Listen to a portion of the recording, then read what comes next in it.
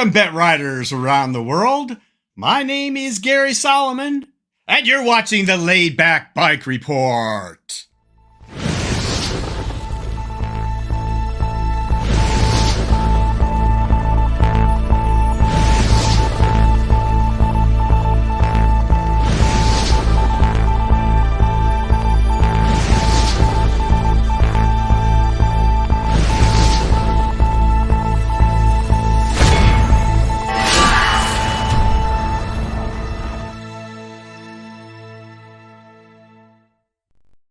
It's awfully nice to have you all with us today, guys. Today's show is all CycleCon 23 all the time. So we have a nice panel of experts who attended CycleCon who will be sharing their thoughts about the highlights of what we saw there with you. And so if you weren't able to attend, we hope to be able to give you an idea about some of the things we saw. And of course, Trey and I took tons of video while we were there, and I just started to produce each of the booth interviews. Those are going to be popping out here in the next week or two for more in-depth types of looks at the CycleCon. So we hope you'll enjoy both those videos and today's show. So thanks for joining us. We will first of all talk about the guys that we have on the show today. Trey, put on the crew, will you? See who we got with us. Yes, there they are. So, of course, near Jackson, Mississippi, Raymond, Mississippi is where Troy Bourgoyne is. And he's standing in not only for Larry Seidman doing the directing, he's doing the regular media stuff as well today. So Trey was with me the whole time. The CycleCon did a great job with the videography as always. Trey, thanks for being with us today. Oh, had a blast up there. Looking forward to the show. All right. And down in Kentucky, Cold Springs, I believe. Those are probably not the Cold Springs behind him, but it's Larry Varney, who also was there at CycleCon, riding everything he could get his hands on, as far as I could tell. Larry, I'm glad you could be with us today. I'm glad to be here, too. Glad to talk about all that stuff again. Well, we're anxious to see what you have to say about it. And really, somebody who's with us under really tough circumstances, our pal Honza Galla in the Czech Republic. Honza had a little difficulty, I understand, getting back, and he may be a little jet lagged. His eyes may be half closed, but you know what? That doesn't stop him. He's with us anyways. Honza, thank you so much for being with us. Great to be here, guys. All right. So let's quickly talk a little bit about how you can participate in today's show. The live chat is open and ready to go. So if you have comments or you have suggestions or questions about what we saw, please put them in the live chat here on YouTube or on Facebook, and we'll pop them up and see if we can respond to them as best that we can. And you may also wish to support the Laid Back Bike Report. If you enjoy the work that we do, you like watching our videos, there's a couple of things you can do. You can like us on Facebook, you can subscribe to us on YouTube, and you can click that little white eye up there. It'll take you to the laidbackbikereport.com website, where we have the list of what's coming up, what we just saw, all the past videos, actually. You can also buy one of these hats like you see right over there. Fred's wearing one of those. We sold a bunch of those at CycleCon as well. Lots of people walking around with them. It always makes us feel good to see that. So, you can check out the website. That will get you all that stuff. And if you are really inclined to help us, you could become a Patreon supporter. You can jump on patreon.com and look up the Laid Back Bike Report. There's a link on the website to it, and you can support us for as little as $1 a month on that. So we would certainly appreciate that. Now, we had wonderful sponsors for the CycleCon video, but we have great sponsors for this monthly webcast as well. So let me tell you about those right now. Let's start out with TerraCycle, makers of exquisite recumbent parts and accessories for your bent. Don't just trike, adventure trike. TerraCycle's racks and bags are like having a personal Sherpa, but without the questionable ethics. And Trail Side Trikes, a fine recumbent trike shop on the Withlacoochee Trail in Florida. And TerraTrike Green Speed Trikes, the best in leisure, performance, adventure touring, electric, and portability. Wherever your adventure leads, TerraTrike will take you there. And Green Speed, where Ian Sims designs bring performance through science and engineering. And Laid Back Cycles, the top USA dealer for TerraTrike and the premier source for Catrike, Ice, and Green Speed. We give you the freedom to ride. And Avenue Trikes. With the gearing you need and the comfort you want, it's time to enjoy riding again. They're in stock, ready to ship, and only $19.95. Dealer inquiries are welcome. And AZUB. If you've decided to get that new recumbent biker trike, the time is now. You don't have to wait weeks for a quality bike that's customized to your needs. AZUB has a selection of its best-selling models and configurations in stock. Head on over to azub.eu and simply choose the model you want, add your preferred accessories, and your bike or trike will be at your dealer in just a few days. And Recumbent PDX. With a 150 trike inventory, Recumbent PDX is the West Coast's only cat trike megastore. We have over 20 trikes on our showroom floor just waiting for you to test ride through our beautiful Portland neighborhood. Call or email to schedule your test rides today. And EcoCycles, leaders in electric assist with a line of specialized conversion kits to retrofit just about any bent model out there.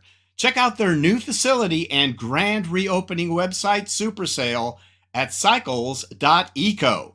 And for an additional 10% off, use the code LBRTEN, LBR10. Now, guys, I just spoke to Dave at EcoCycles.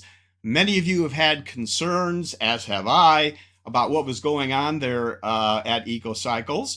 And I think most of all that's going to be resolved. So I had a number of people come up to me at CycleCon as well.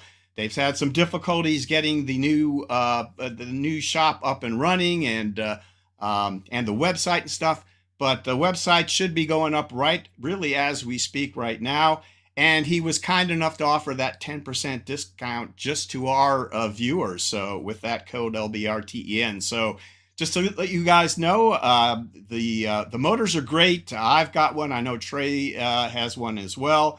And hopefully the customer service part of the business now will get back into full swing. So we're looking forward to working with Dave again.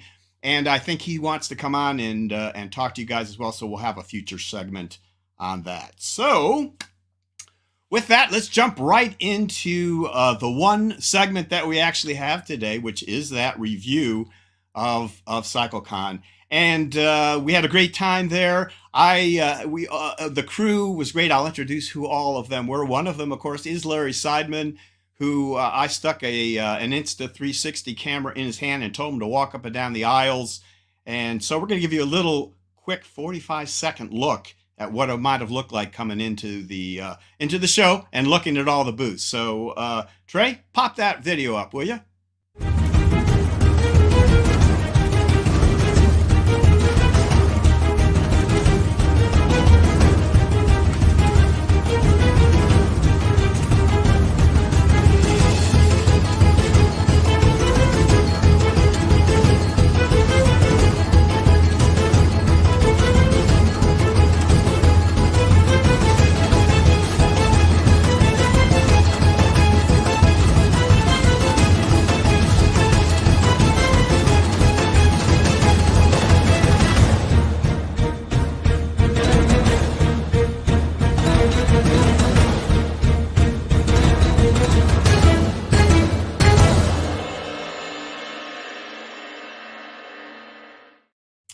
Nobody did the show that quickly, I know, but all right, guys, I think we will start jumping into it. Trey, if you want to pop the slideshow in and that multi-shot, there we go. And we'll start out, of course, with the Laid Back Bike Report booth. which was wonderful. Trey's wife, my wife, Phil Paulson, and his wife were there to help out. Larry Seidman was there as well, and we all did our own specific jobs. So let's go on to, let's see, let me get the controls here. I can do this. There we go. So yeah, you jump in. Welcome to CycleCon. It was a wonderful show. Some differences from last year maybe we will talk about here in a bit. The number one difference, I think most everyone would agree, were that the consumers that were there Saturday and Sunday were in large numbers. So the most number of attendees that I have seen in any of the CycleCons that I have visited. And so they were lined up out the front door and very excited to be there. Now, here is most of the crew that puts the CycleCon on from Whiz Wheels. There's Marshall on the left, who's really pretty much in charge, and Mark, the CEO of Whiz Wheels, also, and Lori, also, who did a lot of the administrative tasks. They did a wonderful job of putting this together. They're very flexible. I'm not sure if the show is coming back there next year. I think there's a good possibility it will. And they seem to learn from past years and are very flexible in terms of improving things from what they've learned in the past. So kudos to these guys for sure. And that's pretty much what our booth looked like. You can see my wife's quilts that we always hang during the show, people like that. And we met so many amazing viewers of the show who thanked us, and we really appreciate the chance to briefly chat with them. I wish we had more time to do that, but it's a wonderful experience for us. And there's the crew. As you can see, Janet on the left, and then me and Trey and Lisa, Trey's wife, and my wife there next to Lisa. And the two gentlemen on the right, my friend Phil Paulson and Larry Seidman, they were busy videoing the seminar, so they weren't in the booth when we took the shot, but we wanted to thank them for a great job as well. So in some of the stuff you'll see, like I said, we had plenty of hats available. We gave away a couple of those as well. All right, so let's start now with the first booth, which is right next to us. And it was Green Speed. So again, Trey and I interviewed most of the people in these booths, and so we'll have those in-depth interviews available for you in the next week or two. You'll see them pop up on YouTube in the CycleCon 23 playlist. But let's talk about some highlights. So something I remember Justin telling us at the Green Speed booth that they were excited about was their new Scorcher tires. They have wider tires for the Scorchers, which were very popular, especially for the riders who like to really speed along. And yeah, that's the one that I remember. Trey, what do you remember from there, or do you have more on the tires? That's the same. Yeah, and I think he just used those tires in that gravel race he was doing. And he said he didn't have any problems with flats or anything, that they performed like they should and beyond expectations. So that really, honestly, that surprised me, because I think you're talking about Marshall yeah, Randall, who, right, the famous elder statesman of racers, as I like to call him, who has raced across Michigan, and then, as Trey is referring to, the week or so before did an amazing gravel race, which I don't know. It was 170 miles or something, I think. Miles. I think he completed 100. He ran into I think I'd call it a physical limitation. He ran into more like double or single track, and trying to do that on a trike is kind of difficult. So, but as far as what I was mentioning specifically is the tires. The tires held up. I think beyond expectation. I really expected him to have flats and stuff, but he said he had no problems whatsoever. So I plan to get a pair of those tires and try them on my aero. And what were they 2-inch in widths or 2.5? 2.5, if I remember right. They're 2.5 inches wide, which is, an inch wider than the standard tires. They looked pretty big. So I think it'll help with the speed on the road. It gives you a nicer contact patch, and apparently it helps really good off road as well, which you wouldn't think the Air would be good at, but he did really well. Excellent. All right, and Larry, do you have anything to add to the Greenspeed experience? But the only thing I did there is I looked at the Anura because I had one a long time ago, and I thought that's pretty neat, still around. But the GT26, I took a quick spin on it around the test track, mainly to see how it might feel different from the GT20 that I have, and they both felt pretty much the same. I would really have to jump back and forth between them to tell the difference, but like I've told other people, I'm a big fan of having all the same tires all around, so less stuff to carry and all that, less tubes and everything. But that's really all that I did there with the Greenspeed, was look at the Anura and the GT26. All right, and before I ask Honza, say hello to our pal Peter Stahl. Peter, we missed you at the show. Know you had some family issues that you had to deal with, and we were thinking of you. So good to see you with us today, Peter. And so, yeah, Honza, go ahead. Did you have anything that you saw at Greenspeed to remark about? I had other duties at the show, so I spent most of the time, mostly because of so many attendees coming at the booth of ASIP. So I just briefly went through all the booth. I have some comments, regarding maybe some other products here and there. What I think was about the Greenspeed and then TerraTrike as well, what I really liked last year were those 3D printed grips that have the wrist rest included in the design or in the one piece, that they were really nice. Last year it was kind of a prototype thing. This year I think they already started to use them on some of their models and sell them separately as well. So that's for Greenspeed and TerraTrike as well. And I think it is those 3D printed grips with the wrist rests included are one of the major, latest improvements in the whole recumbent industry, because that's using a new technology, using completely new approach to solving one of the issues is really that's amazing. So that's what I like. Absolutely. And I have a pair. Yeah, I was just going to say, Trey, I got a pair from them, and I gave them to Trey. Trey's got them, and he is going to do a review on those. I don't know, hopefully in next show or two, we'll have a nice video review of those 3D printed ones. And yeah, they look really nice. I like the design, and I like how they built them, the material. Very good. All right. So, hello, Mark and Julie from England. It's always good to have you with us as well.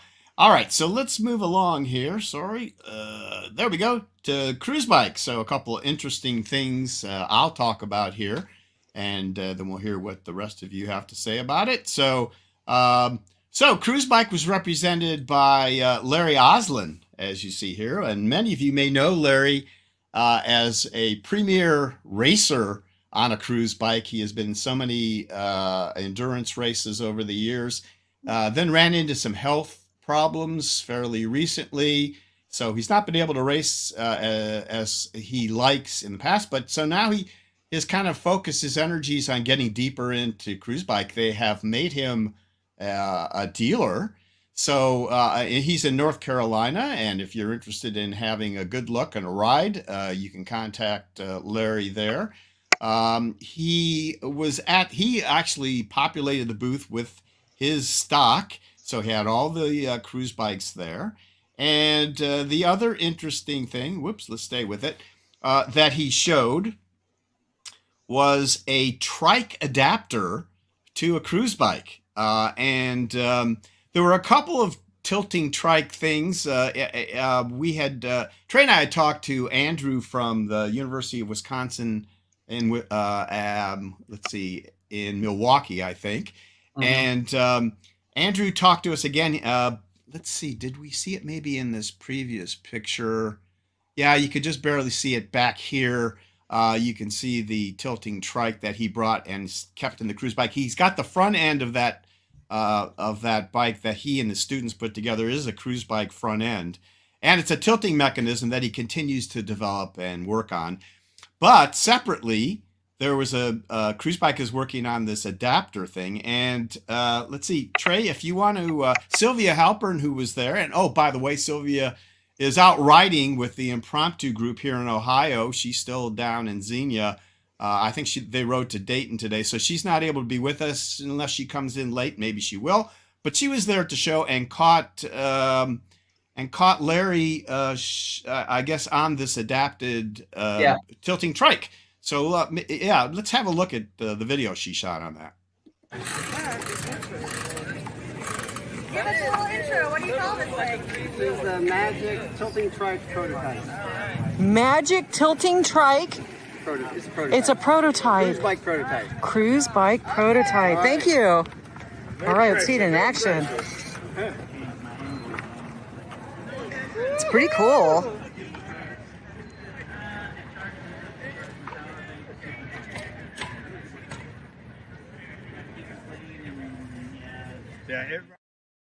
All right, so that seems odd, but there you have it. So with that, let me go ahead and go to Trey. Trey, if you have anything to add to what I probably said everything you already saw, but go ahead. What do you? Yeah, what else you pretty much covered it all. Yeah, the tilting trike was cool. Both versions from both guys, but I didn't get a chance to see Larry, so I'm glad Sylvia filmed that. But just all the new stuff Cruise Bike had to offer, and we talked to Larry at length about what his shop and his museum and all that good stuff. So I think he'll do well for Cruise Bike.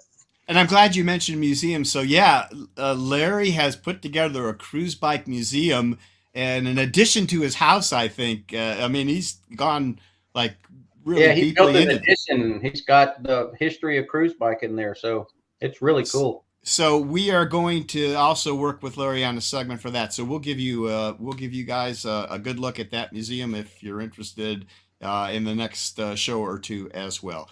Larry, how about you in cruise bike?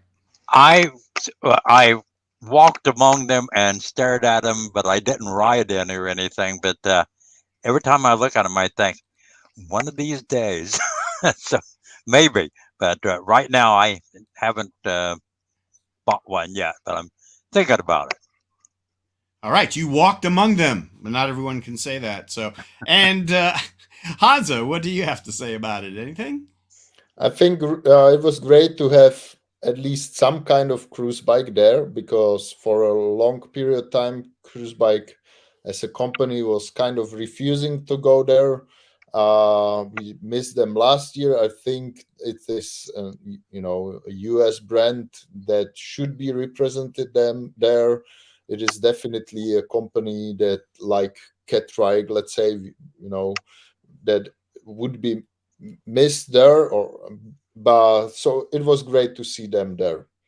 I noticed some, tilting trike thing at the CycleCon show. It's always interesting. I'm kind of surprised that the gentleman called it a cruise bike prototype. So I'm definitely interested in knowing more about it. Okay, maybe we will learn more from when we talk to Larry next time. So very good. All right. So yeah, next door was the alpaca rack carriers. And we really didn't have a chance to talk to those folks. So we did. You'll see on the CycleCon video, they had a giveaway. They gave away one of the racks, so that was kind of interesting. Lots of people were interested in that. So Trey. Yep, nice. One of the nice rack options out there. All right, and Larry, anything with alpaca? I did chat with the guy, the owner, for a few moments, but since I put everything I've got in the back of my Subaru Outback, I thought, well, I'm not really that interested personally in carrying something like that. So not so much to add. All right. And Hans, anything to say about alpaca? No comment from my side. Thanks. No comment. All right. That's a safe bet there. Let's move along. And tie trikes. So that is my pal Ken. who always is an interesting guy to talk to. He those are all made, of course, out of titanium. They're made in the USA. The only two companies I know that make the frames in the USA are Tide Trikes and Cat Trikes. So something to be said with that. They do a ton of business with veterans I know, and adaptive triking for folks. So we are always happy to talk to Ken. So Trey, anything to add to that? Yeah, I'm going to try to investigate more. We're getting more, or my wife and I, we're getting more involved in the veterans groups around us. So we're trying to figure out a way to get bikes into veterans' hands. So I talked to several folks, and this is certainly promising. He's got a lot of really nice options, and he works with the veterans community extremely well. So I'm very pleased with that. But yeah, I hope to figure out some more and see how we can get more bikes in the hands from not just him, but other manufacturers. But as far as his bikes go, very well made, very clean welds, very sturdy, very. I mean, it's just a great trike, and quad, by the way. And quad, yep. Larry? No, nothing for me really about this one. Okay, and Honza? Well, I was surprised how big booth they had, how many trikes and the quads they had there, and also how many of them were there, really, like the crew there. So yeah, it is always good to see strong looking company at the CycleCon. All right, so here's something that a ton of people were interested in. Kind of an interesting thing is that this was the first official velomobile company there as an exhibitor that I know of at CycleCon, and that is Jan from Velomobile World, and he brought these the bulk velomobiles that you see here, to CycleCon from Romania, where they are made. And he's very enthusiastic about getting these more widely seen and sold in America. And to do that, he instituted a program he calls the Ambassador Program, where he has sold discounted velomobiles to a number of folks who pledge to give test rides, to be ambassadors for velomobiles and talk it up, let people see what it is. The more that people see, maybe the more interest they will be. So I think it's a great plan. This is our pal Ben Parker. He's been on the show before. He is really the first ambassador, if I'm not mistaken. He's probably the most prominent one for sure. And we had a chance to talk to him, of course, during the interview. He talked all about the ambassador program and the book. So yeah, it's a beautiful looking machine, as you guys can see. It makes a big impression, those machines sitting there. So yeah, we were happy to talk to them. We're glad to see them at in Xenia. Trey?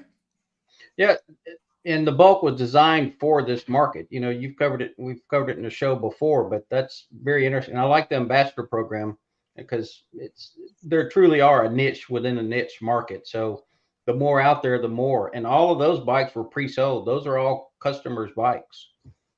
So that was really cool. He wasn't giving test rides, but he was letting people sit in it, which was very generous, because if I spent that kind of money, I would not want a bunch of people climbing in and out of my velomobile.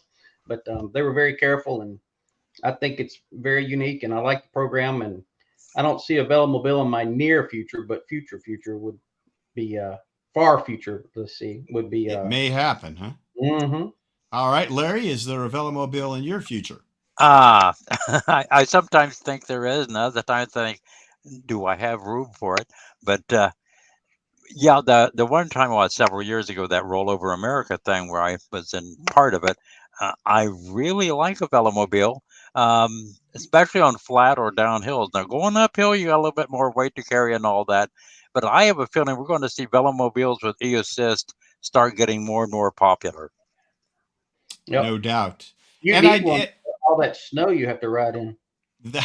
Well, and of course, Ben Parker, who we showed a second ago, is up in Minnesota. Many of these are up north. So I want to mention our pal Jeff Hunt. I had a chance to talk to Jeff and his wife, and yeah, Jane, that yellow and red one there, they were talking about it. That is Jane's velomobile. I think Jeff has a DF. Saw him at Waterford racing his in Michigan. And so, yeah, Jane had to have one, I guess, and that is hers there, the yellow and red one. So, guys, thanks for watching today. It was great to meet you at CycleCon. And Honza, what else? What do you have to say about the velomobiles? Well, a big thumb up to Jan for bringing them to the US. That was, I talked to him, I tried to convince him. So it is a big effort to get for those, who had the chance to see those crates, and the way he, sent it over to the US, then it's really impressive. So big thank you for that. I am a little bit, or I was a little bit disappointed that he didn't really offer it for test rides, or very few people rode in them, and also that there were only bulks compared to other models he's producing and kind of promoting as well. But again, it was a major step for the industry and for the show to have velomobiles there, and I hope we will see Jan there again next year and the years after. Absolutely. Yeah, I talked to Jan beforehand too, and he was, it's difficult for him, as you know, Honza. I mean, he wanted to make sure they were sold. It is not an inexpensive effort to ship those over here. So he wanted to make sure they were sold first. That's going to obviously cause some restrictions in what he could do with them when they were there.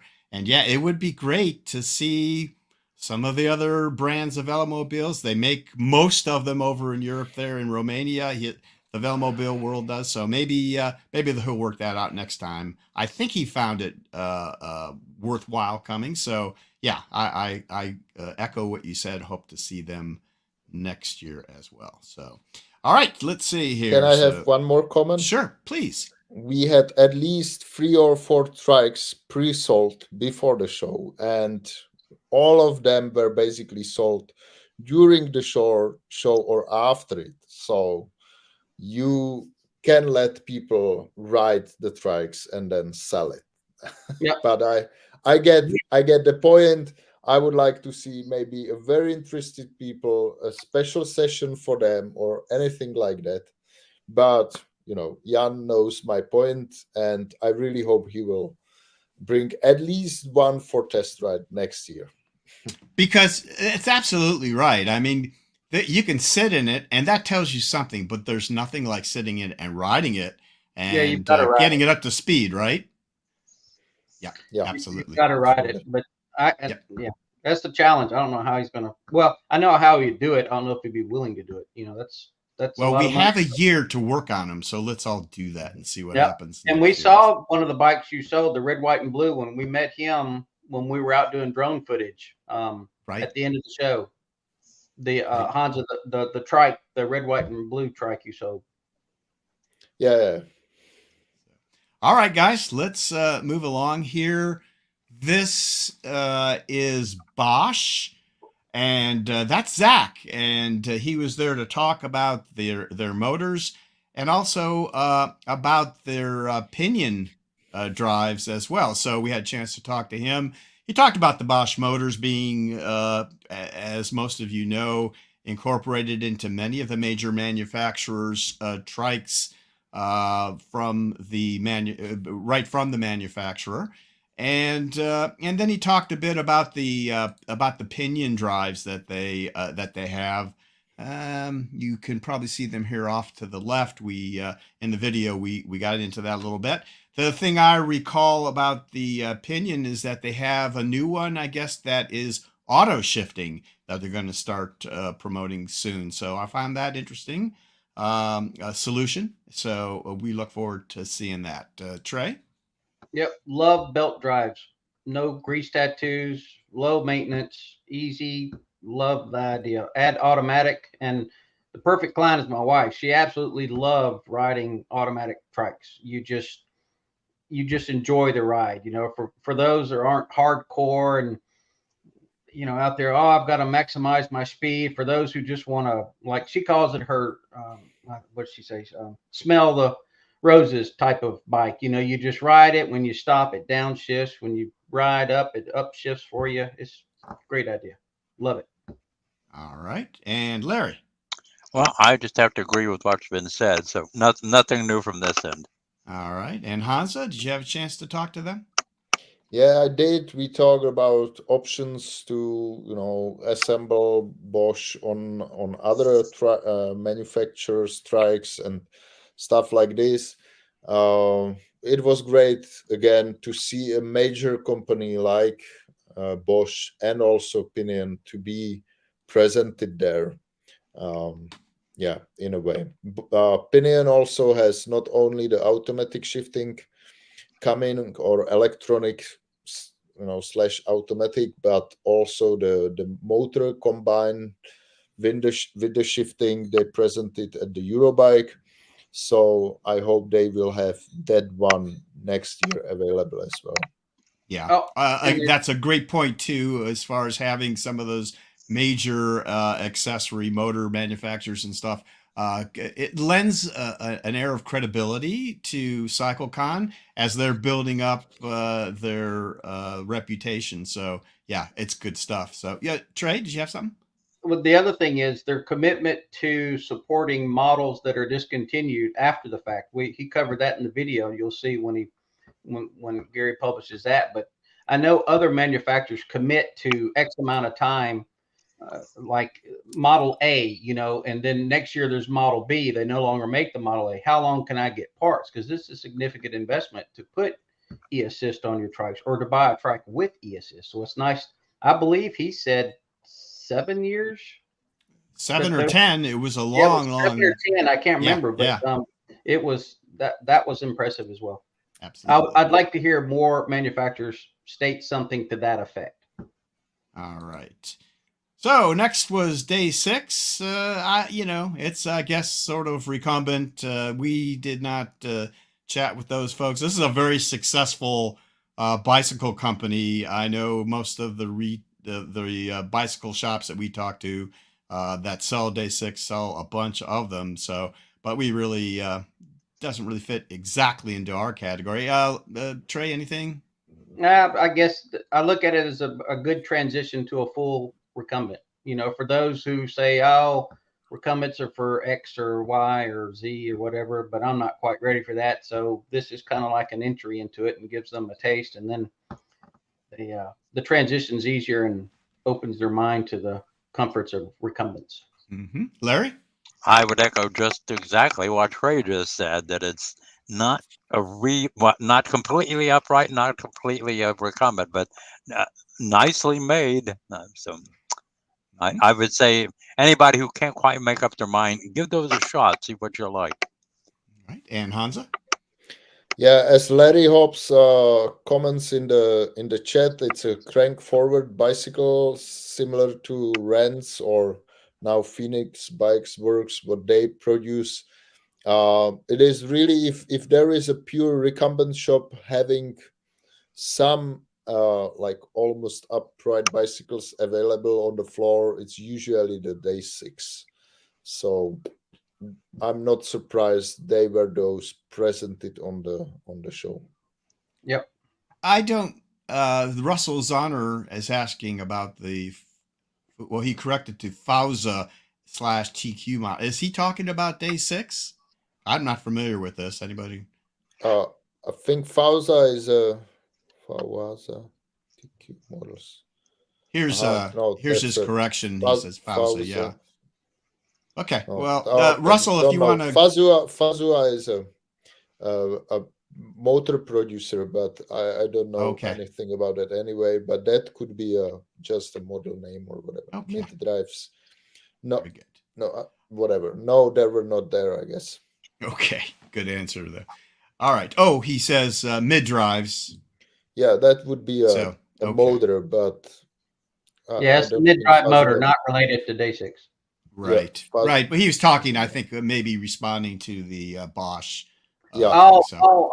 okay. Yeah, So I don't think you they know were there. the comments may come in a little bit later. So all right, well let's move along to Terra Trike, and Terra Trike was there in force. I'd have to say the largest booth that was there. Of course, they are part of Whiz Wheels that runs the show, so of course they would. The let's see here. I talked to Kyle when we did our interview, and there we are chatting. The things that stand out in my mind were, first of all, the wrist rest, the grips that we've already talked about. We don't need to go into that again, but yes, of course, TerraTrike and Greenspeed are the same company, so they are working on those 3D printed wrist rests and grips. And the other thing that they talked about was adding eAssist to their Spider for their Spider platform, which they are excited about. So yeah, it was good to see what they had on offer. Trey, anything else that you want to remark about? No, I'm looking forward to the grips. I'm gonna try those. I brought those home, but I like the Spider, and these days, if you don't do e-assist, you're just not going to compete. So it makes sense to add it to their, what I think is going to be a really good seller for them. That Spider's a really nice truck. All right. And Larry? Yeah, I agree with you all there. I like the Spider too. And, you know, I've got a pair of those grips on my Greenspeed GT20, and I really like them. So more power to them. Good. All right. And Honza? Yeah, well, you know, they didn't have a new model, right? So the grips again, but I need to find a trike to test ride it on, or that I would ride for a longer period of time, because I ride mostly two-wheelers, so that's kind of an issue for me. Yes, but you do. Whatever. I think it'd work on a two-wheeler just as well. Yeah, but then the wrist rest Depends on function. Under seat. Under seat. Interesting. Yeah, I can try it on my wife's one. Yeah. Because I know you like under seat.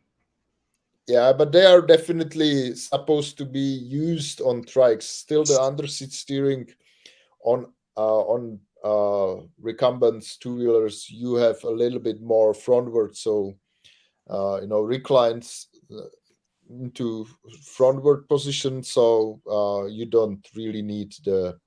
Yeah. You don't really. Well, that'd be the only one I could think it would be applicable to. Yeah. Would be the seat. Yeah. Correct. Okay.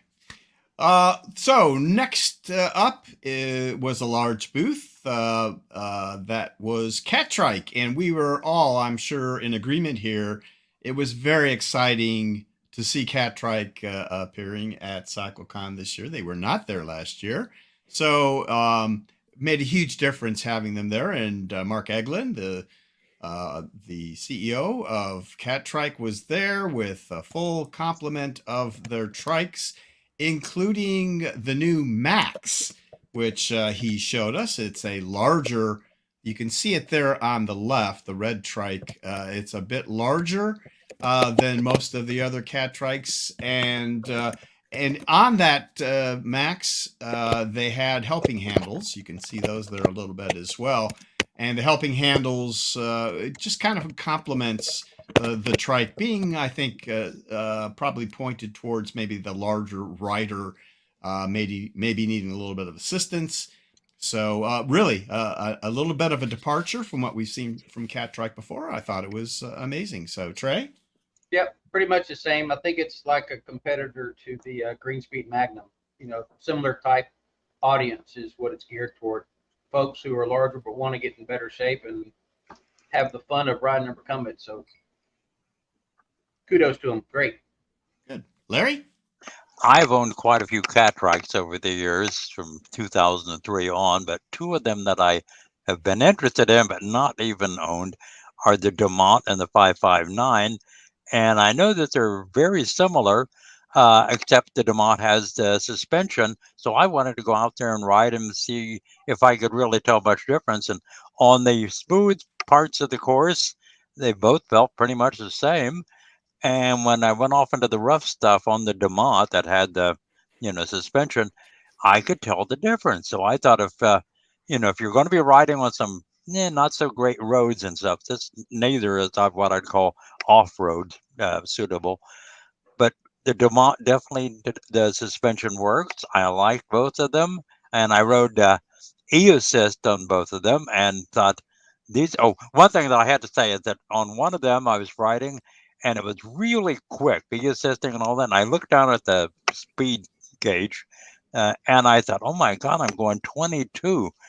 And then I realized a few minutes later, the display was in kilometers per hour, not miles per hour. And I thought, oh, okay. How disappointing. Yeah. Yeah, I thought that's illegal, isn't it? 22 miles per hour, but no, it's kilometers. So, but anyway, I rode several of the cat trikes, liked them all. I can't own all of them, but I wouldn't mind trying. So it's pretty good.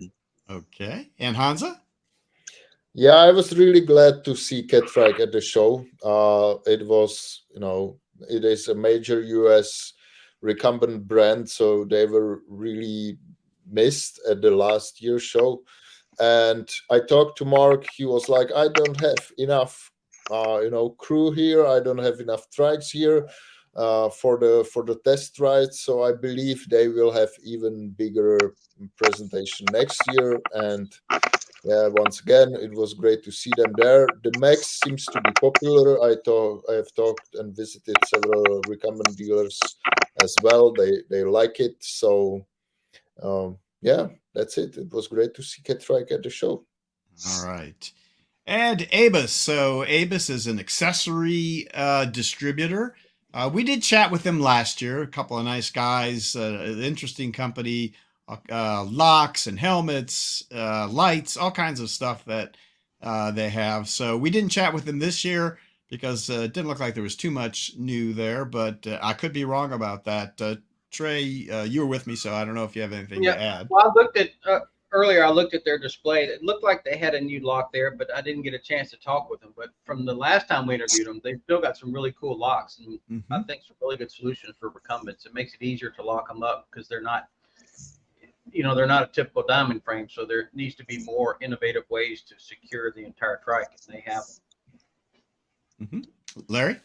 No, I tended to stop by the booth where I could ride something, so I hate to say it, but I really didn't stop there. Yeah, fair enough. And Honza, did you see him? We use Abus locks. Many of my colleagues uses Abus helmets, so I didn't really talk to them, but this is really a recommended brand. Yeah, good quality, solid stuff. So, German all right. Sorry, Hansa. German brand, so with a focus on quality and precision and so on. Okay. All right. So here's an interesting booth. We had a chance to talk to Joseph, this gentleman who has a company called Master Pedal. And we interviewed him. You'll probably need to watch the video to get the story. It's mostly about the story. He has multiple sclerosis. He wanted to design a pedal that would help him because he couldn't find one that suited his needs to hold his foot the way it needed to be held. He started a design. He worked with a university or two and finally got something together, a very interesting design. Which is not quite out on the market yet, as we learned, but a very nice guy and interesting story. So, Trey, I don't know if you have anything to add to that. It's just from talking with him, you can tell it's well researched, and he's got a lot of science behind the way he designed what he designed and how it's built. And it's interesting to me because I have friends who have MS that we've been trying to help, and I can see the challenge he's talking about. A lot of people can't put their foot in the way people without MS, sometimes it affects the way your foot points or whatever. So his pedals look like they were extremely adjustable, and he's taken that specific instance into account. So I did try his website. It's not quite working yet, but I will be looking at it in the future. A lot of thought and well designed from what I could see from the interview. Larry? Nothing to add. All right. Hansa? Yeah, I didn't really have a time to talk to him. I know about the product. I am in contact with him for quite a while. I think generally it's a very good idea and a product that some manufacturers would be interested or were even interested at a show.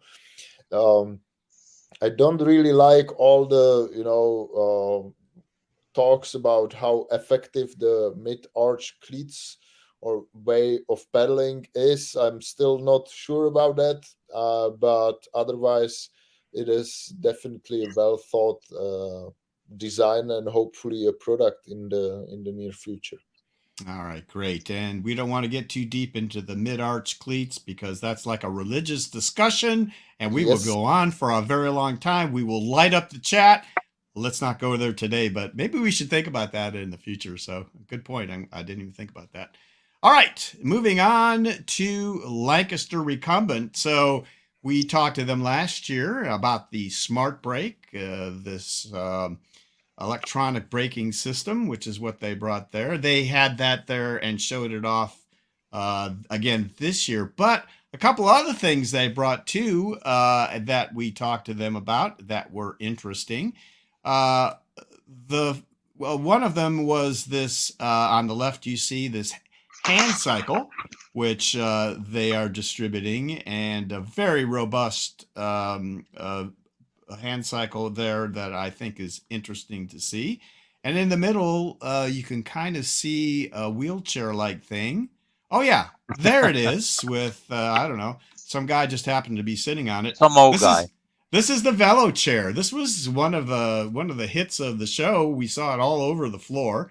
And Larry, yeah, he was tooling around with it. A pedaled chair that can go forward and backwards, just in any direction. So it seemed like it made a lot of sense for mobility and kind of a tank steering kind of setup. So I thought it was great. Trey, what did you think?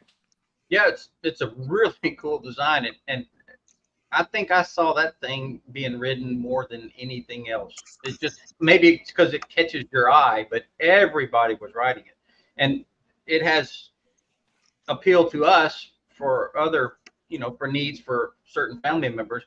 But it's just a really cool concept, and that the pedal assembly will fold up underneath it, so you can use it as a regular chair as well. But you're right, it's direct drive. You can pedal forward, you can pedal back, and a stick steering, so minimum width. It was really cool. And I understand, Larry, that you had this out on the track at something like 30 kilometers an hour as well. Is that true? Well, not quite that fast, but yeah, I did take it out and ride around the track. And the fact that it has such great with the steering, the turning circle is almost zero. I mean, you just walk and there you are, you're turned. At first, I thought, why don't they have it so if you stop pedaling, you can just coast? And I thought, well, if you're going really fast down a hill, maybe that's not such a good idea for such upright seating. Plus, with not having been able to coast, you can pedal backwards, so you can turn around, you can go backwards, forwards. It's really nice. I mean, it ain't cheap, but I thought I know of several people that not only if they have balance issues or something, they can get out on something like this and get all kinds of good exercise. So I really liked it. It was And fun.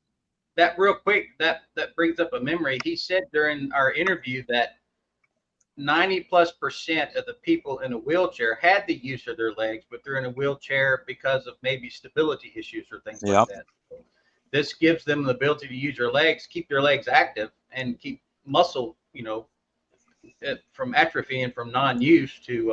I think it's a cool idea.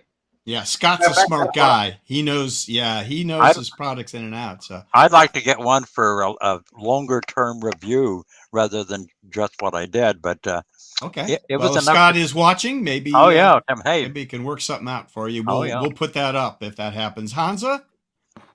Yeah, it was really test ridden so many times. I also did my short ride. I think it has the purpose. I'm not sure it is really supposed to be used outside for some longer rides or so. Then we have hand bikes and trikes and so on. This is a single speed thing where you cannot coast. So it's really like for the show like this was, or for some conferences, or going around an airport even, maybe that you don't need to use your hands for the wheelchair, but you can pedal the pedal backward function. The reverse function is also very useful, I guess. So it was light, it was made of carbon fiber mostly, so really a nice product. Yeah. Good. All right. So now next door on the other side to the Laidback Bike Report booth was our buddy Chris, who was back again this year with Bike Different. And he is still working on prototypes of his long wheelbase bike, which he thinks is the best kind of bike. So there was that. He's made some changes to it. He's still working on that. He also emphasized, you can see in the back there on the right, his pedals. He also has a set of like full length, foot length pedals that are really colorful and interesting looking. He mentioned he had talked to Honza. I don't know what that was all about, so I'm interested to hear what Honza has to say. So he has, this is a guy that's got all kinds of ideas, so we'll have to wait and see what actually gets to market, but always interesting and fun to talk to Chris. Trey? Yep, the pedals were interesting. If you can see it right under the on the bicycle, it says Bike Different in green. The pedal that he's talking about is supposedly it's molded to your foot, so you could ride barefoot. I don't think I would do it, but a lot of people that tried it were seemingly impressed. They liked the pedal, so I guess time will tell. All right, Larry? Nothing to add. All right, and Honza, what did you find out? Well, I like the fact that the pedals look nice, are lightweight. The idea of riding them barefoot is kind of awkward, and I still don't think it would work when you would be really sweaty. Although there should be some straps, heel straps, and some strap in the front. But if there would be some kind of pad on them or whatever preventing you from slipping, to have a really nice pedal that holds the whole foot or both feet seems nice. Issue is then with the sizes, that you would need different sizes of pedals, which is also kind of awkward, but an interesting idea that can be refined to something that would be able to be produced. And I like the design and the way it is kind of made at the moment, 3D printed, stuff like that. Nice. I'm sure Chris will be happy to hear that. So, all right, we're going to move on then. Yeah, sorry, Before we Trey. move on, can you go back to the Lancaster booth real quick? We kind of glossed over the there you go. So his e-assist hand cycle, I've already sent that a picture of that to a friend of mine that rides on the Army Paralympic team, and he is extremely excited about it. He said there's not his words were there's not a large there it's very difficult to find something off-road hand cycle with e-assist. He said you just about have to build it yourself. And so I sent him pictures of that, and I gave him Lancaster's contact info, so he was very excited about it. And that hand cycle was built like a tank, and I saw it riding around the track, and it was flying. So I think that's going to be, that's it on the left right there. Yep. There's a little bit better look at it. So, yeah. Okay, good. We didn't really mention too much about that. So thank you for bringing that up, Trey. All right. So next we're going to talk about EBO, Electric Bike Outfitters. Jason was there. Nice fella. And he makes hub motors in Colorado for bikes and trikes. The interesting new development that he showed us was a torque sensor that they designed that's built into an idler for trikes. I think he was working with TerraCycle. There was a TerraCycle idler, and they have a torque sensor built on that instead of putting it on the crankset. So, or the bottom bracket, I guess, is where it usually is. So we thought that was interesting, and that'll be in the video that we have. So, Trey? Yep, nothing to add. I like the torque sensor in the idler. It makes it much simpler. Mm-hmm. Larry? Nothing to add either. All right. Hansa, did you see that? No, not from my side, but torque sensor in idler seems interesting, definitely. Yeah. So we're that we had never heard of anything like that before. So interesting idea. So we'll see what develops from that. All right. Then we're going to move along to TerraCycle. And we had a chance to talk to Quentin, some of our favorite guys, Kaz and Quentin, the relatively new owners now for TerraCycle. And what they showed us was, let's see, I think, there's Quentin and I talking. So you can see they have this strange bendy modular mounting system that they are working on. That's an exaggeration that you see right in front of Quentin's chest there. They just kind of put that, I don't know, that thing probably was, 3 feet long if you lengthened it all out. But they just did that for effect. You can just you can pop those sections together, maybe just 2 or 3, depending on what you need, and you can bend them in any direction. Kind of an interesting concept. We like that a lot. So, Trey, what'd you think? Yeah, it's pretty cool. It's a flexible mount, and that's multiple mounts put together that you see over the the right wheel above his right arm. If you look above the water bottle, that black arm right there with the mirror on it, that is a single. I think that was a single section of the flex mount. So the concept is that you can bend it any way you want. If for those who've ridden with mirrors, you have almost just like where it's a 3-axis movement, but it's very fixed. You don't have a lot of adjustment. So there's always seems to be one situation or one person that rides and they can't get that mirror quite in the right place. So a lot of people ride with helmet mirrors and things, but that one seems to have infinite adjustability. So that was pretty cool. Yep. Larry? Nothing to add again. That's fine. And Hansa? I think it was great to see Pat, the former owner of TerraCycle there. That shows the way how they are in good relationship, and they probably still work together on some things. So yeah, that was nice. And that's it. That's all there's tremendous continuity going on, and Pat is still very involved, although he's taken plenty of time off now and getting to do some riding and going places. So Pat France is still an institution in this industry, and we were very glad to see him as well.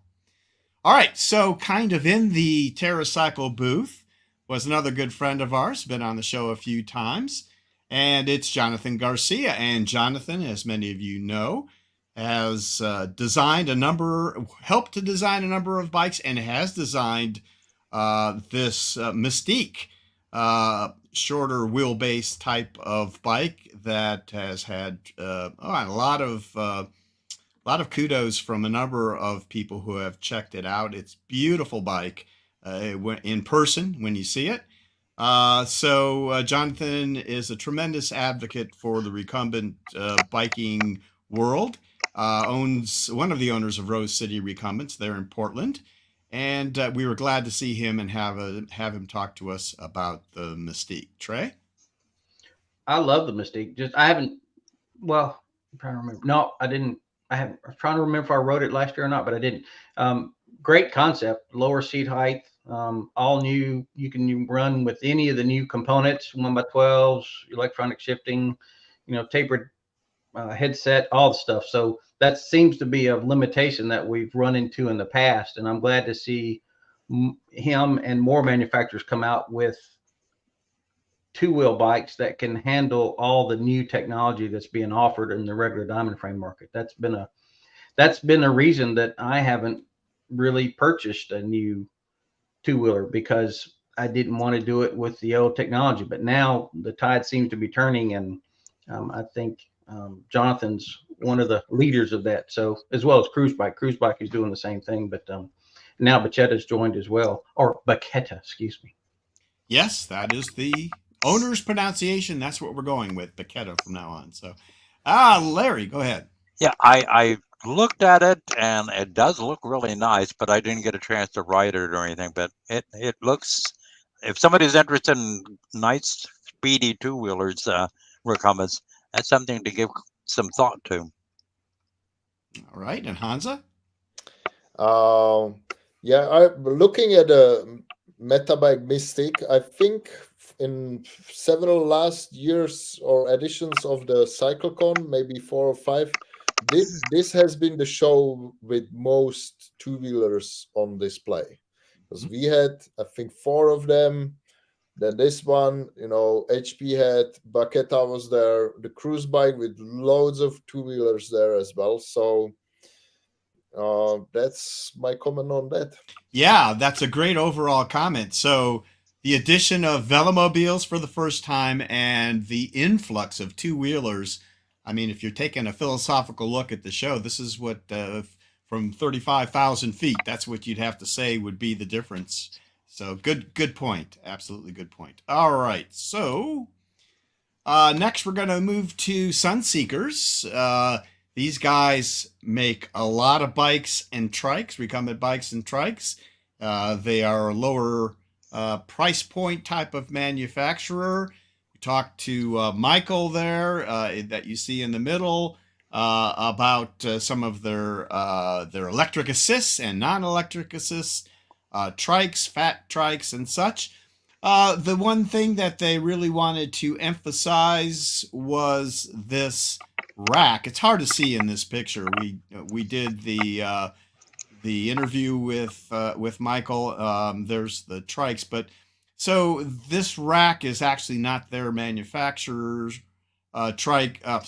Not their rack that they manufacture, but they do distribute it, and it will hold both. It will hold one trike and one two-wheeled recumbent at the same time, and again, relatively inexpensive. So something that is that they distribute to bike shops around. So you might just look for that. Trey? Nothing new to add. Their two-seat model there, their tandem seemed to be popular. I saw it on the test track quite a bit. All right, Larry? Nothing to add. All right, and Honza? Nothing from my side. All right. Let's move along then to Trident trikes. Well, we talked about some of the highlights that we thought the Velo Chair was one.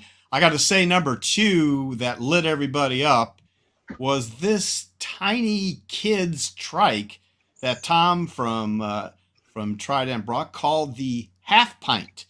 So it is a 3-wheeled, more conventional type of kids trike. I have a couple of the KMX trikes that my grandkids ride, and they really like it. But it's a little more unconventional, square tubing and such. This looks like an adult trike, really. Single speed, but kind of tiny. So and very adjustable. That boom goes in and out a lot, so that different size kids can ride it. It was just a sensation. It's a tiny trike with a tiny price, so he'd be selling these for $600. And it just if you see the 2 little kids, brother and sister, here in the lower right side of the picture, they both rode it, but that young lady there, she rode it Saturday, she rode it Sunday. She was on that test trike. I don't know if she got off to eat. It was incredible. So we did have a chance to interview her. So when we get to the compilation video from CycleCon, we'll have test track video, and we'll have her on that too. She's very cute, and no one gave it a better workout than she did. So we look forward to seeing more. Tom's going to try to get, enough of these out, as many as he can before Christmas. He expects to be able to sell those by Christmas time. We're going to get I'm going to get an evaluation one sometime here coming up. I'm going to have my grandkids on them. I'm going to have them do a review. So we'll put that up too, and get them involved. So really a sensation at the show as far as I'm concerned. Trey? It was. I'm surprised she just didn't sneak it in her car when she left. I don't think I ever saw it without her on it. She was having a blast. But yeah, it's a really cool trike. I'm glad to see it because KMX certainly has done the right thing with getting the trials. But this was. I think the younger we can get people riding, the more accepted recumbents will be, and this is a step in the right direction, especially.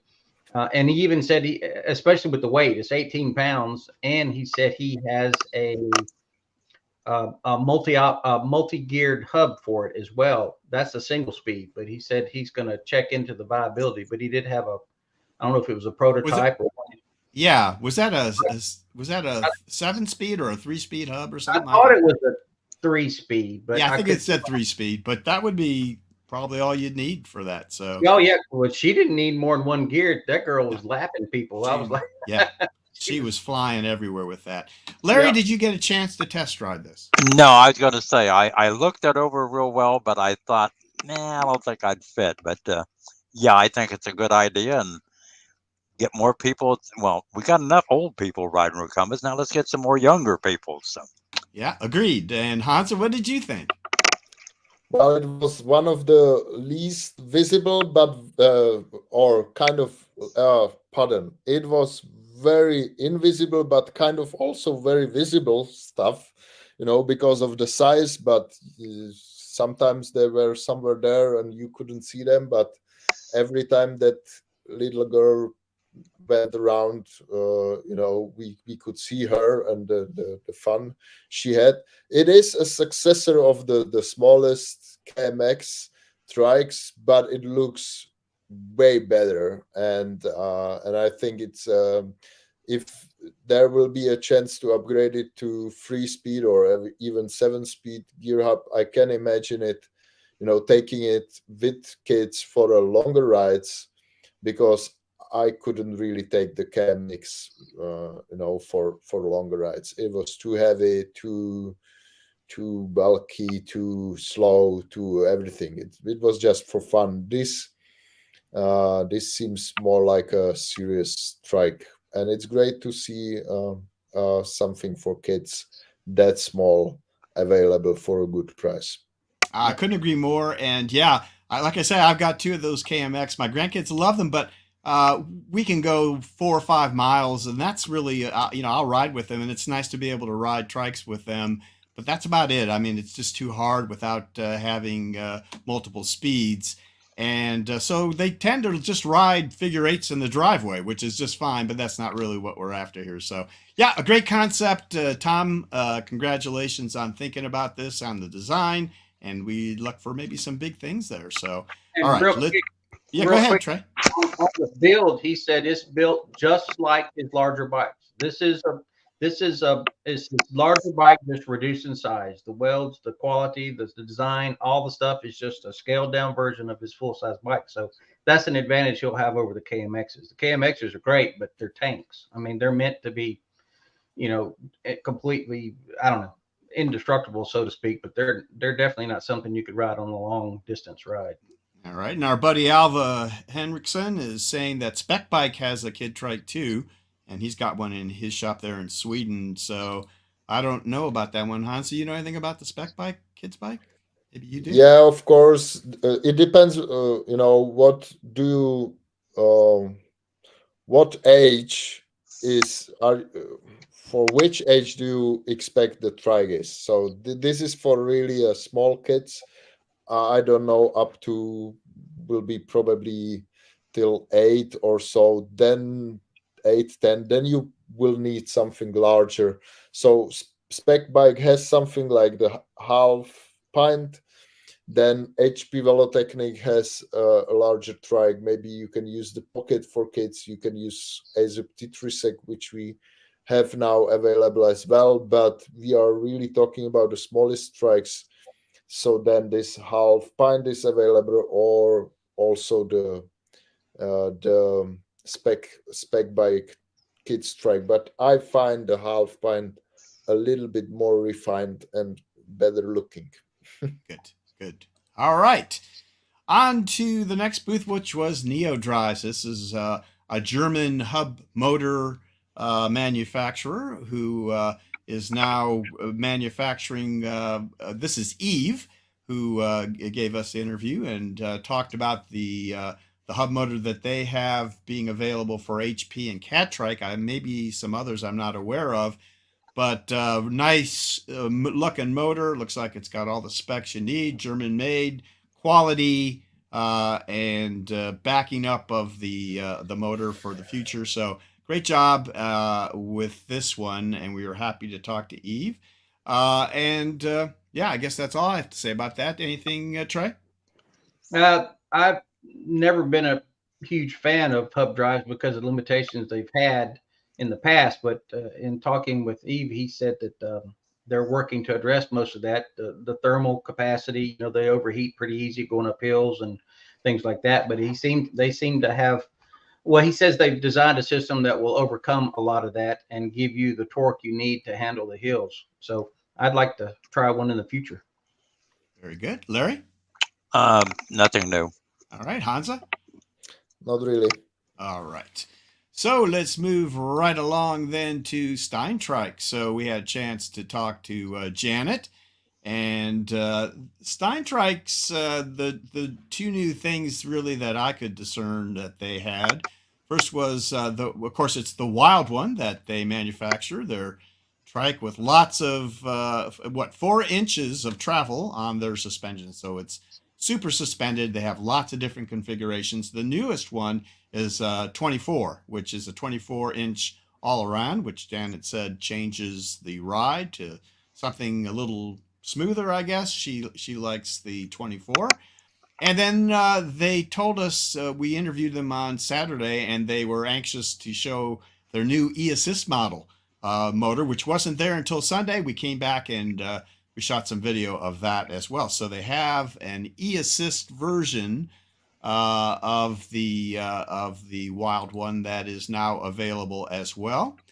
And so, yeah, that's what they were mostly talking about. Always interesting colors and fun stuff. So, Trey, what did you see there that was of interest?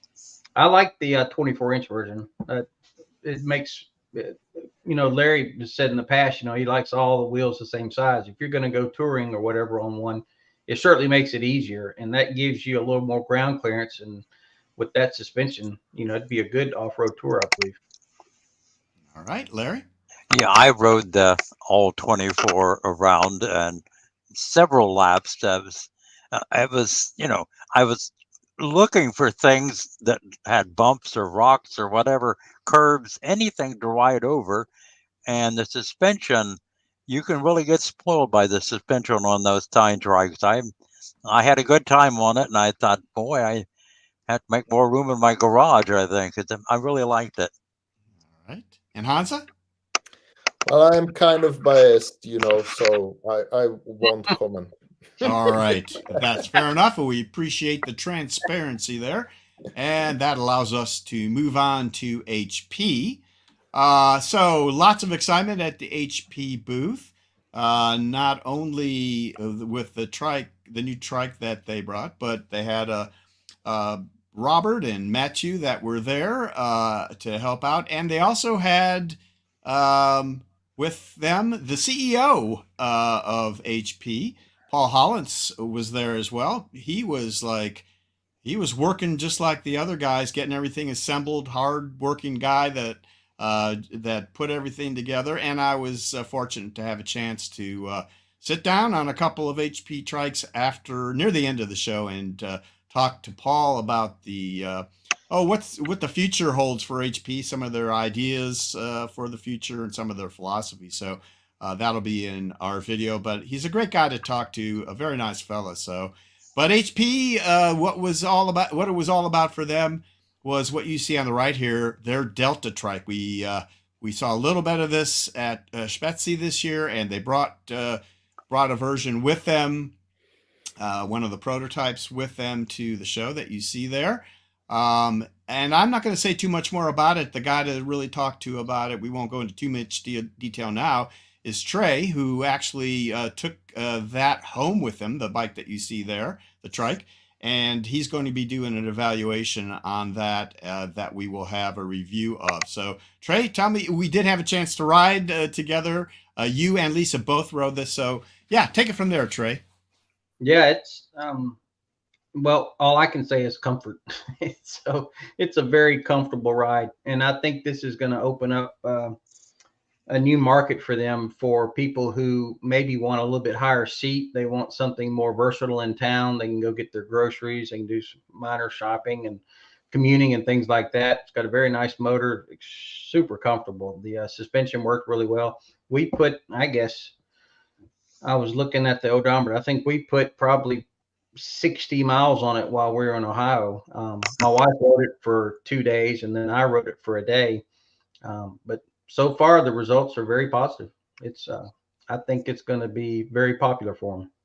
Solid motor on that, and all I'll add is what one of my favorite things was riding behind Lisa while she was going like 16, 17 miles an hour, because that thing puts out a draft. Like, you know, I was there in my Ice Sprint X behind her, and I was pedaling along like there was no air resistance whatsoever. Yeah, very good to draft behind. Yeah.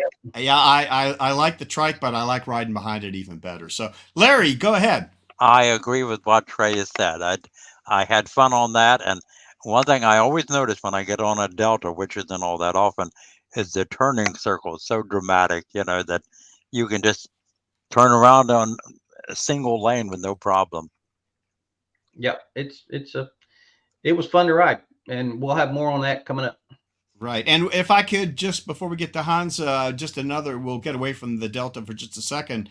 HP also gave away a Gecko, which was that really drew a crowd, and it was nice to see our buddy Tim Kelly win that. And well, there's a story around that. We were getting ready to set up to cover the thing. We were a little early for the drawing, and here comes this guy going, I got to turn this thing in. I have one more to go on my bingo card. You had to turn in these bingo cards where you went to all the different booths so you can get a little stamp on them. And he was short one, so he was worried he wasn't going to be able to do it.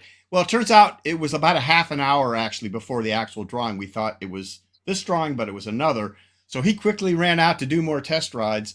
And then half hour later, we're back for the drawing. And don't you know that Tim is that guy, and he won the Gecko. Yep. So, and now I see on Facebook that he is selling his TerraTrike Rambler because he doesn't need it now because he's got a Gecko. So anyways, congratulations to him. It was a great giveaway, and I think there's going to be more giveaways next year. They're really talking about adding more. So sorry, Honza, go ahead. Tell us about your impressions at HP. Well, the Delta TX, as they call it, is a nice looking Delta trike. It is way different than, you know, we know from Catweasels or even the Trigo or the Greenspeed Anura. It targets also a little different market than the other Delta trikes. This is not so much meant for, I would say, longer rides, like whatever, 50, 60 miles and more. This is really a bit more like a very comfortable, like urban cruiser. Such trikes are pretty popular in Europe among the seniors. But I think this one is the best looking one out of them, definitely. And HP is really proud of it. We will see. They are still not shipping them to customers, so we will see next year how well received this trike was. They had also other bikes and trikes on display, like the Speed Machine S Pedelec, which a bit surprisingly I'm riding now pretty often because I have it for a review. I want to have an experience with an S Pedelec two-wheeler recumbent, so I sooner or later will come with some thoughts on that as well. Very good. We'll look forward to that. Yep.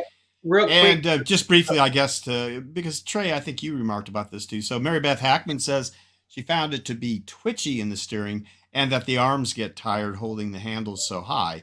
And I know you made an adjustment for Lisa while you guys in the process of riding. What do you have a So they comment on actually that? have, yeah. So the twitchiness is, I think, my wife has a Delta now. She has a Hasa, which is under seat steering. The Deltas can be twitchy, but I can see the difference in between the Hasa and the HP in that it's for a different use. So the Hasa, long Riders. distance tourings and Yes. things, yeah, its intent is just the same as the Tadpole. Do whatever you want to do. Now the HP, I think, can certainly do that, but to address the twitchiness, all Deltas by nature, I've ridden them all, and there is some twitchiness there just by the very nature of the bike. So once you get used to it, I think that's a non-issue. To address the adjustments, there are two different handlebar stems. There's a shorter one for shorter riders. It brings your arms much further down. And there's a lot of adjustments to the steering that you can make for the hand position, up or down, or further out, further in. There's a lot of adjustment there. And I don't think they were doing a lot of that adjustment at it. So all valid points, but I think they've done the best they can to address it. On the twitchiness, another thing I'll add, there is a dampener on the bottom of the bike. It's like a rubber bungee cord, for lack of a better way, but it limits the as far as you can take it. It puts more resistance to it, so it helps eliminate that twitchiness. But I can tell you this: of all the trikes that I've ridden that are Deltas, I wouldn't suggest anybody do it, but I tested it for the twitchiness by riding with my hands off of it, and even pedaling hard, it tracks straight. There's very few other Deltas that will do that I've experienced. So I think it's all a bit about getting used to it and adjusting it to your particular size. That'll make things a lot better. Okay. All right. So let's move on. We already talked about Paul, to this friendly group of guys in the Aza booth. So we had a chance to talk to Honza there in Xenia at the booth. Let me see. Do I have another shot? I've got one more shot here. Yep. So I'm not going to say too much. Honza talked to us about an automatic shifting derailleur system. I'm going to let Honza do most of the talking here. Trey and Larry, anything to say about Aza? Larry, did you ride some? I rode one of them. I'm trying to remember which one it was, and I liked it. It was nice. I thought, again, I've never owned an Aza. Maybe I'll have to correct that sometime. All right. And Trey, I didn't mean to skip over you. So I didn't get to ride at the show, but Honza did let me generously borrow one of his A6. That's what we rode when we were in the Czech Republic, and I really enjoyed riding that. It was the e-bike version. Cool bike, and I've mentioned it before on other shows. I'm really trying to find a bike that I can do gravel routes with all the other folks I'd ride with instead of a trike. And I really like that Azub has done a lot to make gravel riding possible on a two-wheeler. And they've got a lot of innovations. I mentioned earlier when I said the other people are doing updates in the market to get you into a two-wheeler that has current technology, and Azub is right there with the rest of them. Matter of fact, I think they were the first to do a suspension fork on the front on their Max. I think it's the Max, isn't it? Which one? Yes, that's the Lauf fork from Iceland on the Max 700, but it was used before also on other recumbents. Oh, I never noticed it anywhere else. So I was trying to give you a little bit. You could have just been quiet there and gotten all the benefits of that, but no. Yeah. All right. So I'm going to turn it over to Honza to talk about his impressions being at the booth and what he saw from the standpoint of the exhibitor and what he was emphasizing. I might also add, of course, that Matt Gallett was there. Jayo was there helping out at the booth, as he usually is with his trike. And it was great to see Matt there as well. So, Honza, go ahead and tell us from your standpoint with your hat on as the Aza marketing director. How did it go for you, and what were you excited about talking about? So, to be fair, I should say I'm biased as well, and I should not talk at all. No, but whatever. As a manufacturer, we really like the fact that there is a show in the USA, and a recumbent show, and I really, from the very beginning of in 2011, we supported this. Even we were presented at all of them, and this time, or let's say after last year experience, we felt there is a need for more trikes, more room. So that's what we did. We brought the largest amount of trikes and bikes to the show this year. We had the biggest booth we ever had, so that was our commitment. And yeah, we felt we are also three of us at the booth with Alex Zemanek, our CEO, which it was his third time in the US, I guess. So, and it paid back. So there were times when all of the trikes were gone for test riding, but for most of the time we still have something to land. And as Gary said, we presented the automatic shifting, our top model, and also bestseller, definitely in the US, the TIE Fly 26 and X. And we had the new T3seg, which is a trike for short riders with indirect steering. And it's not only for short riders, also for kids. So that was well received as well. So yeah, it's usually a great event for us. I enjoy being in at the CycleCon, being in the US. We did our 16, at the end 17 days long tour around dealers as well. So yeah, I enjoyed the time in the US. Good. And yeah, Honza Alva is chiming in here with a review on your pants. He's given a thumbs up to the red pants, which I think that's very nice. Several people did. Okay, so Alva, you're not the first to appreciate Hansa's red pants, and you probably won't be the last. Let's move along then, folks, to Biketta. So there's our pal Dana Lieberman.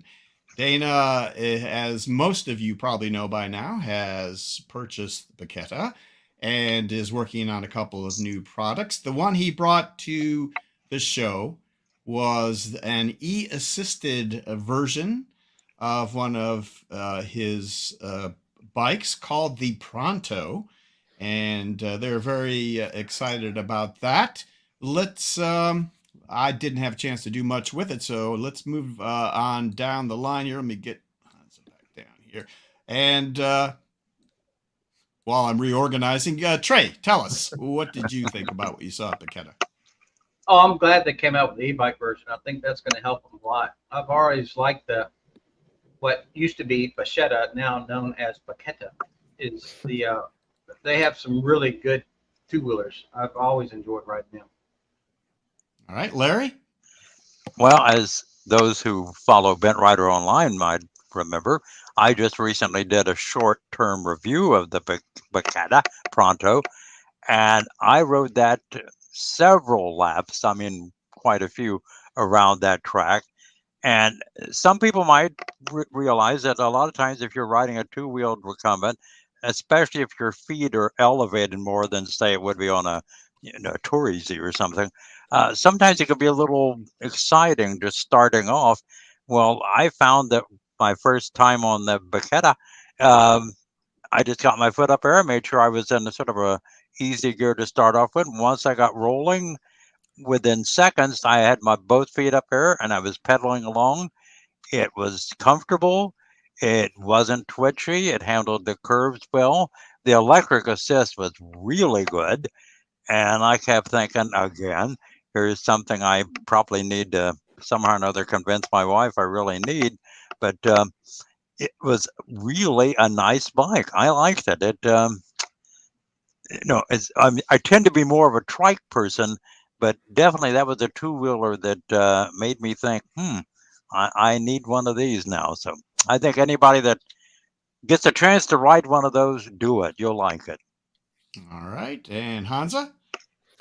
Two stories, if I can. Please. The story about the name was fun because 15, 20 years ago, well, how old is Bacchetta? 15 years ago, when I started, that must be more, doing something with recumbents, a colleague of mine or friend of mine in the Czech Republic told me it is not Bacchetta, it is bacchetta, because it comes from the Italian word bacchetta for this piece of whatever food. And then years later, I came to visit Bacchetta. At that time, Bacchetta in Florida, and they were all talking about Bacchetta, not Bacchetta. So I was like, ha ha ha! It's not Bacchetta, it's Bacchetta. But Dana changed his mind. He thinks Bacchetta sounds better. So here we are with kind of new name. Funny stuff about name is also that we never had so many questions about the name as we did this year. So every third or fourth person asked whether it's Azip or Azap. So we explained that in the Czech Republic we call it Azup, and that we don't care how they call it if they buy it. So that was about the names. About the Pronto, I tried it. It was basically the only one bike I really test rode because I didn't really have time to test ride any others. And for most of the 2 laps, or the first lap, I was like, the motor does not help. So I was trying to get, the first, second, third level of assist up to fifth, and it was still like not helping me. So I was kind of frustrated. Then I realized that I was all the time above 20 miles per hour when the motor does not engage. So it really didn't matter which level of e-assist I used. It's the Bafang motor, a very stable ride, very nice electric recumbent. So it was nice to see that bike there. Very good. For sure. All right, folks, let's then move along. We're getting near the end here. And the next booth is our good buddies at Ice Trikes. And here are the crew, and Drew on the left there, and Phil on the right. And I can't remember the young lady's name, but they had a wonderful looking booth. Let's see. Let me get the next shot. You can kind of get a look at all the trikes that they had there. And so the story at ICE really revolves around their 25th anniversary, which this year is. Big changes at ICE over the last year. Many of you may know that the Ice Trikes was sold to the employees, so it is now employee owned in the 25th year. To commemorate this, they put together a color scheme that goes. You can see the trike. Let's see here. You can see with the white rear frame here towards the right side. It's on the columns. What do they call it? It's on the columns there, the white columns. Oh, on the white columns, on the pedestals. You're right. Thank you. That will make it more clear. So yeah, so the colors are going to be available. They talked about the different colorful stripes representing all the different colors of the trikes. So yeah, this is mostly what they talked about, and the industry itself. Drew and I had a very interesting conversation, which we will post, and I hope you guys will enjoy that. So Trey, what else have I missed? I think that pretty much covered it. It was a pretty cool color scheme, and I think the concept is combining all the colors, like you said, for their 25th anniversary. But they always make a good product, so glad to see them there, especially with as many trikes as they bought.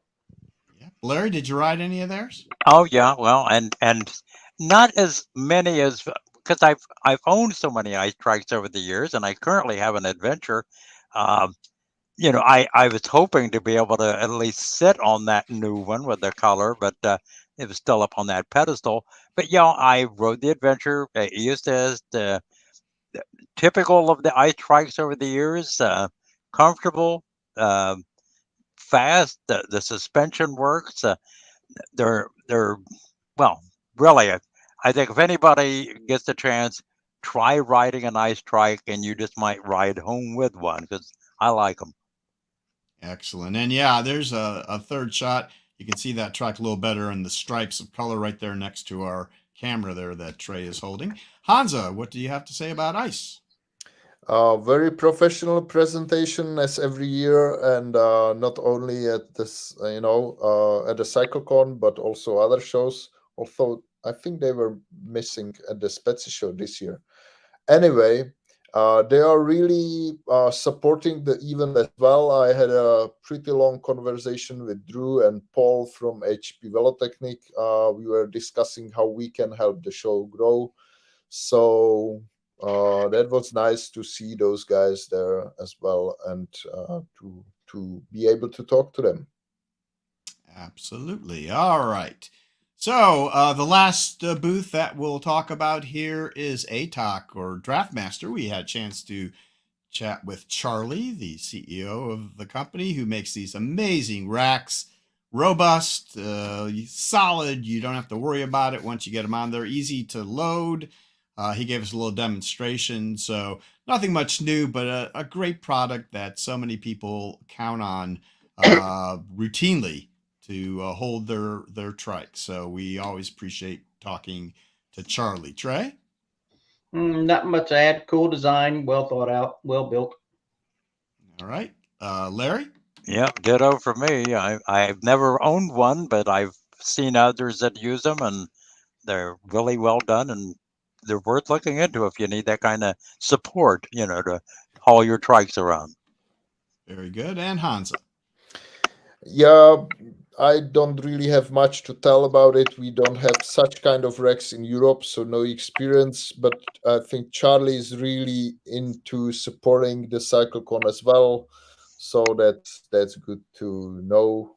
And yeah, that's it. All right. So that concludes our trip around the CycleCon with all the booths. We're going to just kind of maybe finish up with some final thoughts, and I've got a few slides of the show here to show you. So, this was directing traffic. There's Paul Hollins on the left, talking with someone.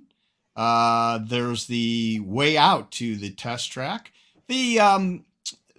The venue, because there were so many people, as I mentioned at the beginning, many people thought that it was a little tight, which I think is a fair criticism. I think if it comes back to this fairgrounds next year, we're going to be in a little bit bigger building. It has been explored, so we'll see how that works out. Here is a shot of let's see, I think where the entrance is, and this is the entrance. I remember this. Now, this was when they were getting ready for an afternoon ride, a group ride. Which is a good, important point. I'm telling you, folks, the Xenia trails are so fantastic. There were a couple of organized rides from CycleCon. The Impromptu Trike Riders of Ohio put on a couple of rides before the show. And we saw Trey and our wives were eating at Rooster's restaurant right next to the trail in town. We saw one of the groups heading off, and it ran for like 10 minutes. I don't know how many, probably had to be 50 trikes and bikes on that ride. So a fantastic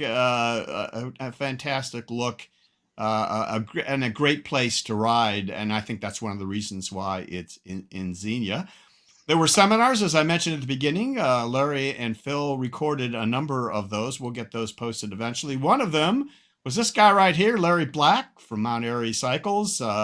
He always has a lot to say. He's hilarious.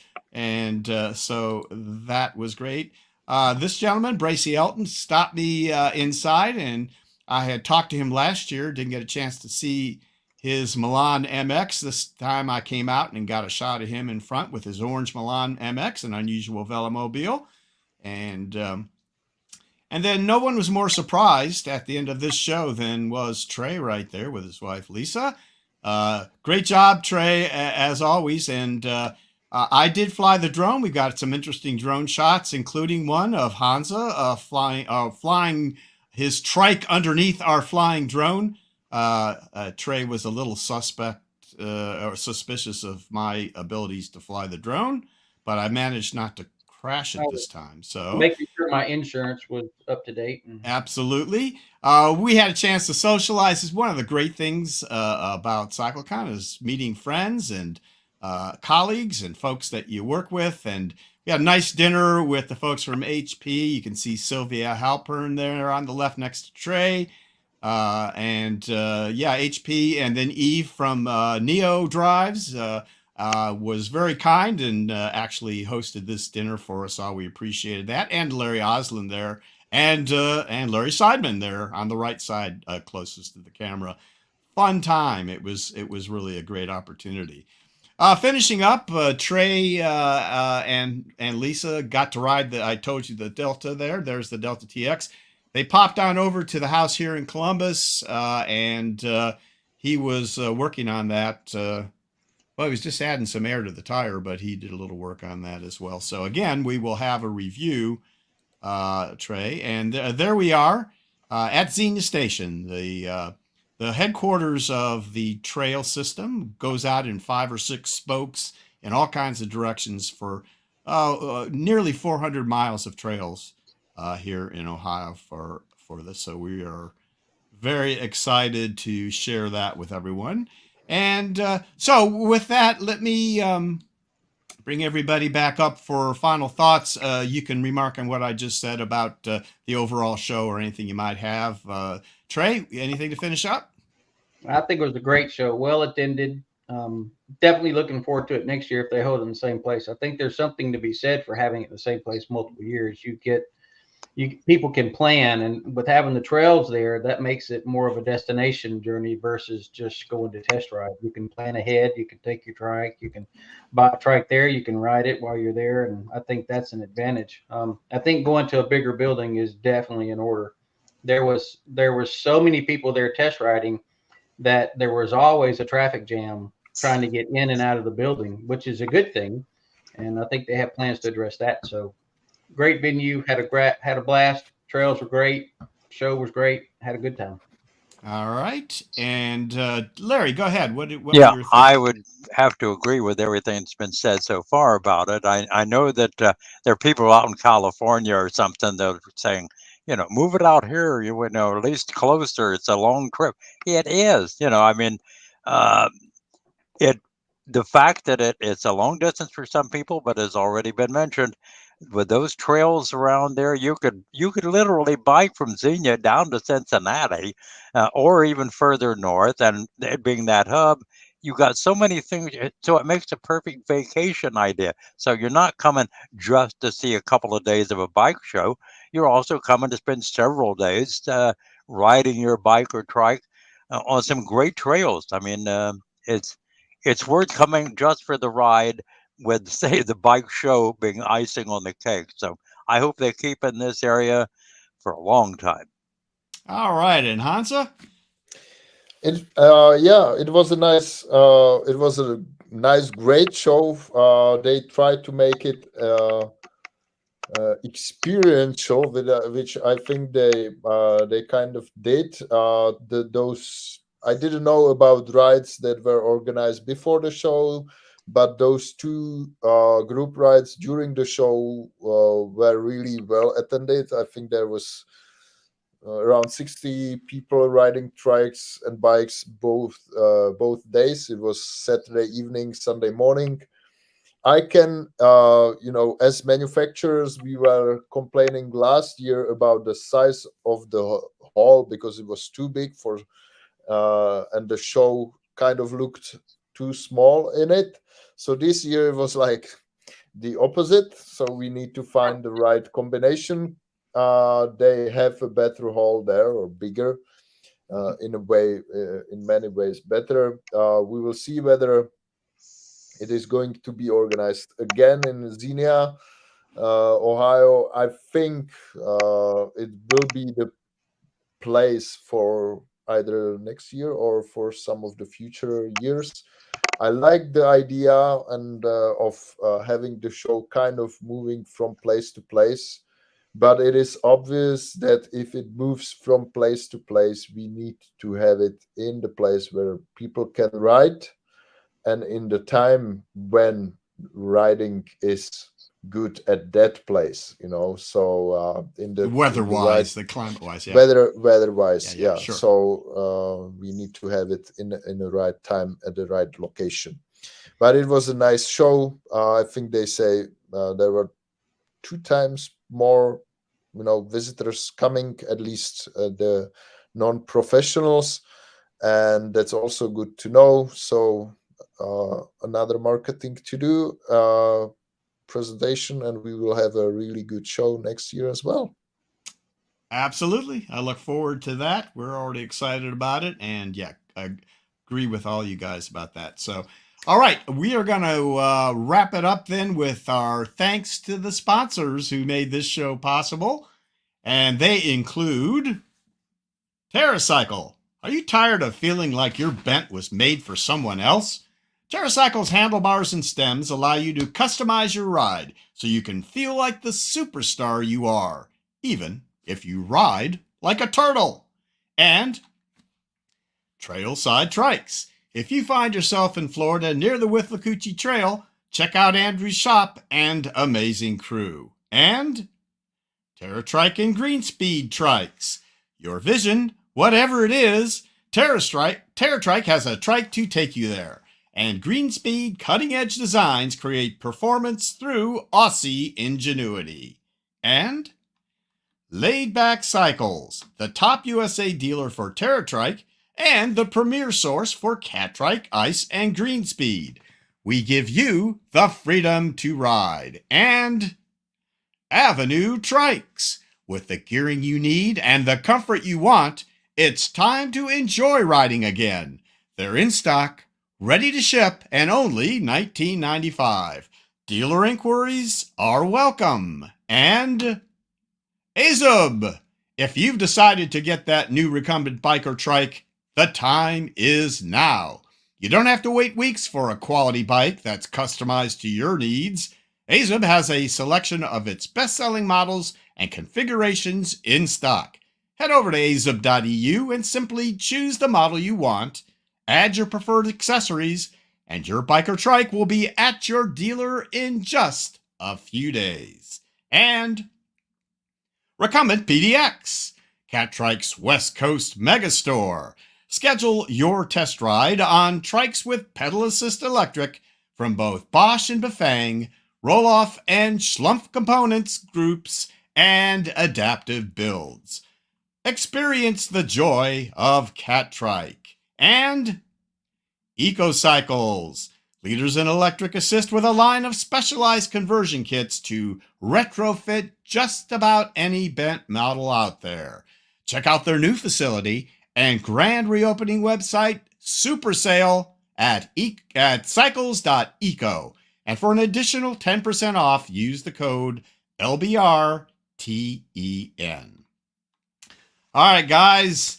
So, as I mentioned, our videos for the interviews individually are going to start being posted. We have 2 of them up already.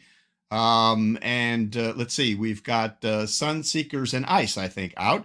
And I'm going to be diligently putting my head down and editing the rest of those if I can next week, and posting those maybe 2 or 3 even a day if I can, so you guys will get to see them as quickly as possible. You get all the details of some of the things we talked about in today's show, some very interesting looks at what was available there. And then when all those are posted, we have lots of other bonus video.